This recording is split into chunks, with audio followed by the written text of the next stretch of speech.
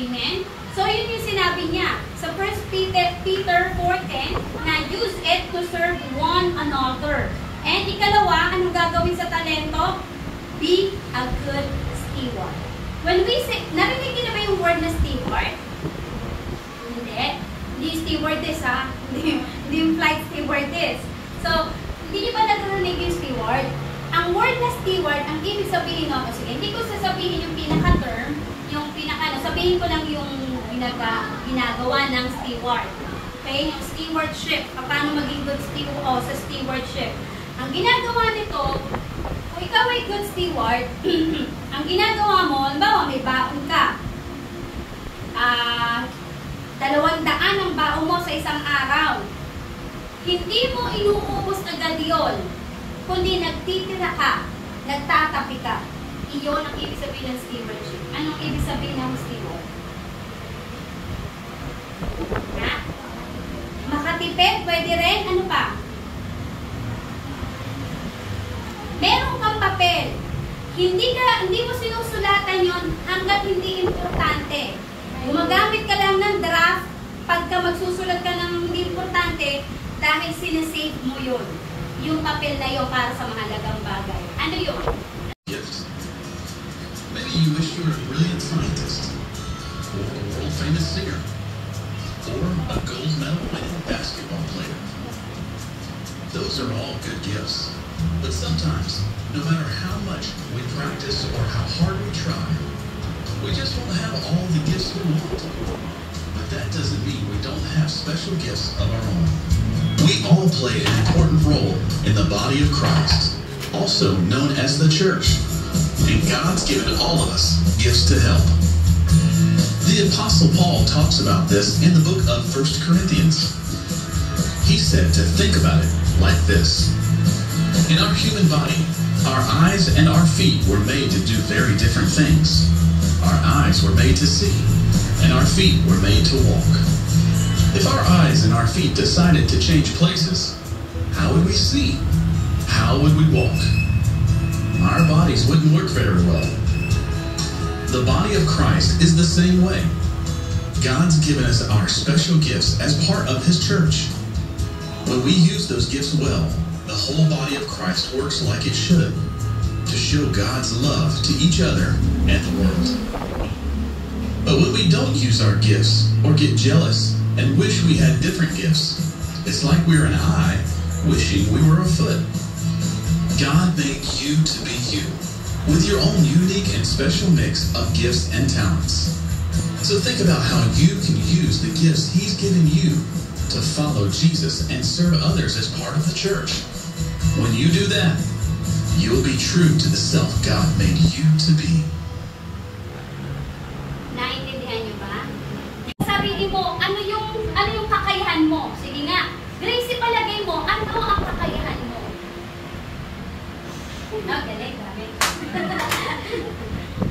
Dami talaga. Sige, si Hana muna. Hana, sa palagay mo, ano ang kakayahan mo?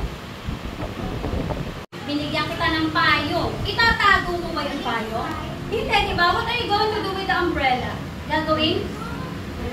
Gagamitin. Siyempre, alam mo naman, ay, naulan ako, mababasa yung payong ko. Itatabi mo yung payong. Eh, ba't gagamitin mo yung payong? Bubuksan mo siya at gagamitin mo. The same thing of us. Nasa kalagitnaan ka po namin, 2 man o 3 nagkakatipon. Salamat sa anim na ito, sapagkat ang kabataang ito is your future leader in this town, in this barangay, Lord.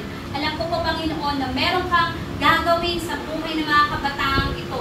And marami pong salamat. At salamat po, O Diyos, sa pagkakataong ito na makapagbahagi po sa kanila. Dalangin ko po, Panginoon, na ikaw ang magbigay. Ang gagawin mo? Ayusin mo ang paghawak. You have to know how to manage your money. You have to know how to manage your everything. Yung material sa school, di ba? Yung mga pagkain, huwag mo itapon basta-basta na lang. Kung kaya ba yung bahaw, isangag, di ba? Huwag agad-agad itapon. Naalala ko nga noon sa church, maligit pa lang ang church, hindi pa ganyang kalaki. Iilan pala kami ng bata pa ako noon. Alam niyo yung yung bahaw, yung medyo mamasa-masa ng kanin, alam niyo yun? Yung hindi naman panis, sinasanlawan namin ng maayos. As in talagang sinasabon. Hinuhugasang maigi yung kanin para mawala yun natin, laging makatulong sa kapwa. Amen? So, yun yung sinabi niya sa 1 Peter 4:10 na use it to serve one another. And ikalawa, anong gagawin sa talento? Be a good steward. When we say, narinig niyo na ba yung word na steward? Hindi. Hindi stewardess ha. Hindi yung flight stewardess. So, hindi niyo ba narinig yung steward? Ang word na steward, ang ibig sabihin no, sige, hindi ko sasabihin yung pinaka-term, sabihin ko lang yung ginagawa ng steward. Okay? Yung stewardship. Paano maging good steward sa stewardship. Ang ginagawa nito, kung ikaw ay good steward, ang ginagawa mo, halimbawa may baon ka. 200 ang baon mo sa isang araw. Hindi mo inuubos agad yun, kundi nagtitira ka, nagtatapi ka. Iyon ang ibig sabihin ng stewardship. Anong ibig sabihin ng steward? Ha? Makatipid, pwede rin. Ano pa? Meron kang papel. Hindi mo sinusulatan yon hanggat hindi importante. Gumagamit ka lang ng draft pagka magsusulat ka ng hindi importante dahil sinasave mo yun. Yung papel na yun para sa mahalagang bagay. Ano yun? Sa 1 Peter chapter 4 verse 10, Peter wrote this to the Christians who has been scattered. Sabi niya dito, ulitin ko, each of you should use whatever gift. Ano daw gagawin dun sa gift? Should use. You have received to serve others. So, anong gagawin dun sa gift na binigay ni Lord? Ano daw gagawin? Gagamitin. Iyon ang nais ni Lord na gamitin natin, hindi itago. Saan daw gagamitin? To serve God, to serve others. Okay? Kasi kapag hindi mo ginamit yun, kagaya ng isang kwento ng mga talento, ang nangyari ay, itinago niya yun, kaya nangyari, nagalit ang Panginoon kasi hindi niya pinagamit yun.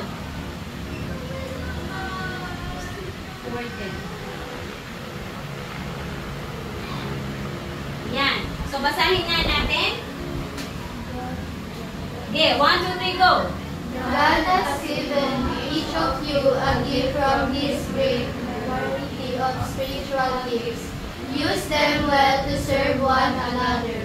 Each one should use whatever gift he has received to serve others, faithfully administering God's grace in His various forms. Yun. So, ibig sabihin, bawat isa sa inyo ay merong talento na ibinigay si Lord. Ano daw gagawin natin?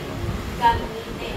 So, ang sabi doon, each Christian has been given a unique spiritual gift. So, what you will do on your gifts? What are you going to do with your gifts? Number 1, use it to serve one another. Sabihin, para mapag-servan mo ang kapwa mo. Kung marunong kang, dati, nung bata ako, gusto ko paglaki ko, kahit di ako lumaki, gusto ko paglaki ko, sabi ko, paglaki ko, gusto ko maging doktor para makatulong sa kapwa. Pero nagbago. Sige, gusto ko na maging nurse para makatulong sa kapwa.